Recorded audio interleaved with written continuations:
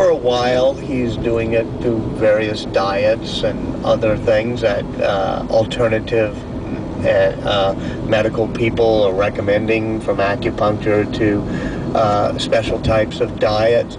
But he had people around him who were very close to him, very smart people like Art Levinson, who was on his board, who founded Genentech, and people like Andy Grove, who had gone through prostate cancer, and of course his very smart, stable wife. And so, we shouldn't make too much of this, because he does end up getting an operation. He does end up getting treated in the conventional way.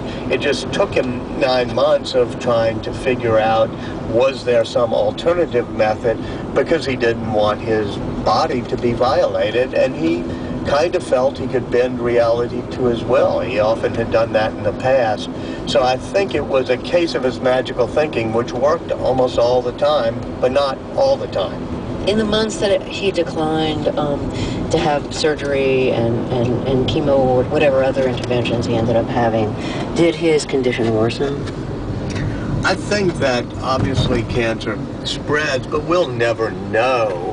Well, pancreatic cancer is one of those cancers that's really bad. I mean, he had the type of pancreatic cancer that 5% of patients do. That's not very fast spreading, and that is treatable, which is doctors were very happy about when they did the biopsy. It did, like any cancer, spread, and, of course, nobody could know whether or not, if he'd had the operation 1 month earlier, 2 months earlier, whether they would have caught it. But in the end, they didn't catch it. But let's remember, too, he really defied medical, theory. He lived another incredibly productive 7 years in which he comes up with, new iPods, the iPhone, the iPad, probably the most productive 7 years any entrepreneur.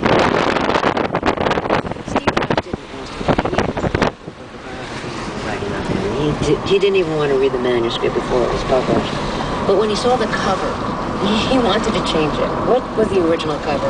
What didn't he like about it? The original cover put in the catalog or an early database had sort of an Apple logo with a young picture of Steve in it. It was kind of slightly gimmicky, and it had a title, I, Steve, that was definitely gimmicky, that both my daughter, my wife, a lot of friends said, oh, that's far too gimmicky. And it was one of the times he got really angry at me. He said, well, I'm not going to cooperate anymore because, and there were some words I can't use on the air. He said, this stinks, but he said it in stronger language. And then he said, I will keep working with you and giving you interviews, but only if you let me have some input and, into the design of the cover. It took me about 1 or 2 seconds to think, wow, that's a great offer. Here's the guy with the best design taste I've ever met. So I said, great, sure. And it's the only thing he focused on. I think he kind of believes nobody's really going to read the book, but they are going to see the cover. And he felt that he told me, he said, people will somehow think I've been involved with the cover of this book and the design of it because they know my passions in that field, so I have to be. And so I said, sure. And I put it in the book itself, in the introduction, just so everybody knows, that was an involvement of his in this book.